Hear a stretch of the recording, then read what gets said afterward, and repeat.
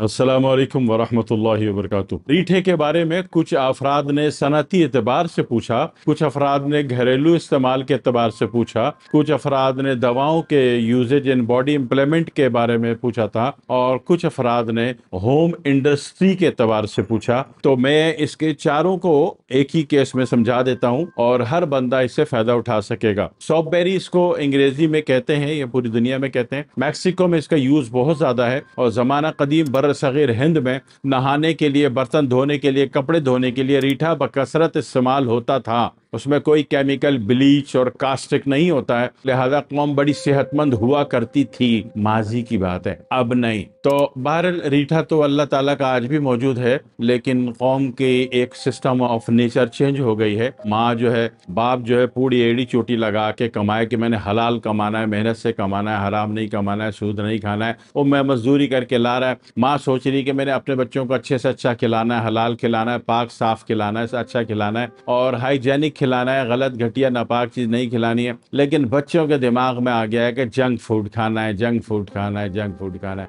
हालांकि जंक का तर्जुमा निकाल के देखो तो भाई जंक के माने कचरा होता है। तो हालात चेंज हो गए। जो अच्छी चीज कौम को दो तो कौम शक करती है कि या तो चीज गलत है या आप दे क्यों रहे हो, आप हमारे मुखलिस हो क्यों, है भाई। अजीब से सवालात कौम दाग देती है। तो अच्छा बताना आजकल जरा महंगा पड़ गया। जैसे पुराने दौर में अंबिया थे ना, वो कौमों को हक बताते थे कि भाई गैरुल्लाह को छोड़ दो, अल्लाह ताला पर आ जाओ, एक अल्लाह वाहदहू ला शरीक पर आ जाओ, जो खालिक है, राज़िक है, मालिक है।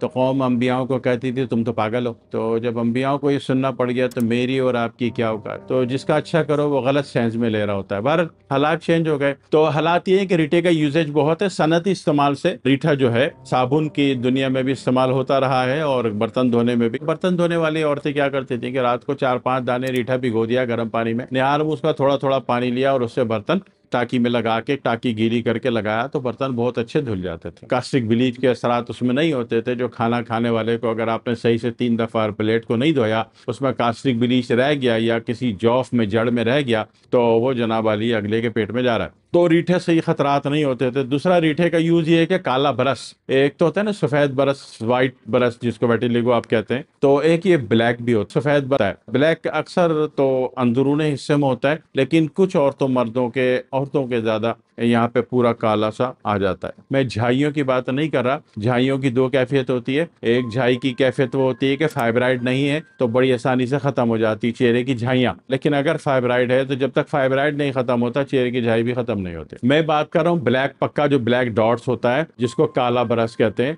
तो काले ब्रश के इस्तेमाल में की दुनिया में भी इसका बहुत अच्छा इस्तेमाल है कि आपके पास रीठे का सत हो, एक्सट्रैक्ट ऑफ सॉफ्टबेरी, ठीक है। तो वो आपने रोजाना काली मिर्च बराबर लिया, एक कतरा मिलाया पानी उसमें और रगड़ाई कर दी, दिन में एक दफा कर दी, रोज कर दी, 30 दिन कम से कम लग के करते हैं तो ये चीज गायब होती है। काला ब्रश बोला। दूसरी बात ये कि वो तमाम अहबाब जो कि घरों में शैम्पू बनाना चाहते हैं, अब उन्होंने आंवला रीठा सिकाकाई अपने एतबार से वो बाल लिया, उसका पानी छान लिया, अब उसको गाढ़ापन करना है शैम्पू के लेवल पर, तो फिर उसका 10% जो है सत रीठा, रीठे का सत या एक्सट्रैक्ट ऑफ सॉफ्टबेरी, जिसको आप शैम्पू बेस कहते हैं, अगर ये मिला दिया तो उसमें वो गाढ़ापन भी आ जाता है, झाग की कैफियत भी आ जाती है और बड़ा नुन्नू मुन्नू कर ना बंदा मजे मजे से नहा भी रहा होता है। ये इस यूज में भी है, उस यूज में भी है, उस यूज में भी है। तीसरी बात ये है कि किसी की स्किन में अभी वो देखता है कि स्किन में खाए मखा की खारिश बहुत है, एलर्जी बहुत है, यानी स्किन का कोई भी प्रॉब्लम है किसी भी किस्म का, तो ऐसी सूरत में अगर इसके एक एक्सट्रैक्ट थोड़ा थोड़ा लेके, जो बाथरूम में गए जिस्म गीला कर लिया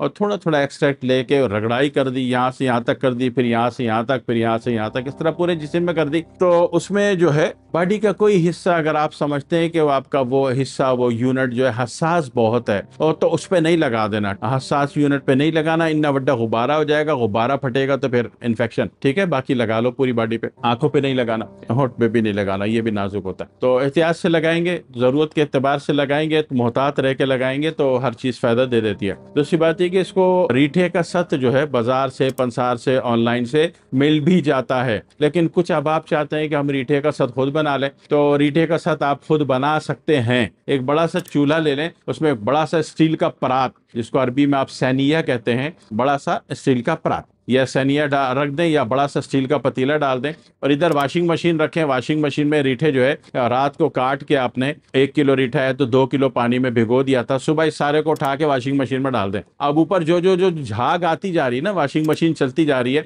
वो झाग को थोड़ा सा पानी नीचे से लेके स्टील के बर्तन में डालते जाए, पानी जलता जाएगा, उड़ता जाएगा, पाउडर आता जाएगा। ये पाउडर उतारते रहे, वॉशिंग मशीन से पानी डालते रहे, ये पाउडर उतारते रहे, तो ये आपने 1 घंटे में आप ठीक ठाक मिकदार में रीठे का सत बना लेते हैं। ठीक हो गया। रीठे का सत सिर्फ एक बंदा नहीं बनाएगा जिसको नेजल एलर्जी हो, नाक की हसासियत बढ़ी हुई हो, नाक में कोई भी हसासियत या एलर्जी जिसको कह लीजिए बढ़ी हुई हो, सिर्फ वो बंदा जो है रीठे का सत बनाने की कोशिश ना करे, बाकी हर बंदा रीठे का सत बना सकता है। ये तो हो गया इसके यूजेज। एक और होता है जी, वो काकरोच मारने की दवा इजाद कर दी आपने, तो काकरोच मारने की दवा भी इससे बन जाती है। यानी कि 1 किलो आटा ले लें बेचने के लिए ना, 1 किलो आटा ले लें और उसमें 1 किलो चीनी पीस के मिला दें, और ये कितना हो गया 2 किलो, तो 20 ग्राम फी किलो 10 ग्राम, 2 किलो पे 20 ग्राम आप ये रीठे का सत मिला दें, मिक्स करके अच्छी तरह रीठे का सत जो जौहर बनाया था ये मिक्स करके छोटे छोटे पैकेट दे दें कौम को। सारी खवातीन अपने अपने घर के किचन में डाल लेंगी, कोने कोने पे सुबह देखेंगे तो इतने सारे काकरोचों की डेड बॉडीज पड़ी होंगी। तो सुबह सबको जमा करके फिर निकालो घर से, जैसे भी आपने निकालना है, या सबको झाड़ू से जमा करके शॉपिंग बैग में बांध करके डस्टबिन में डालना। ये लाल बैग बड़ी अजीब मखलूक होती है, ये 2-2 3-3 दिन बाद, 1-1 हफ्ते बाद ये जिंदा भी हो जाती है, दूसरा जन्म ले लेती है। सारी को लाशों को डस्टबिन में डालने से पहले एक शॉपिंग बैग में अच्छी तरह बांध लेना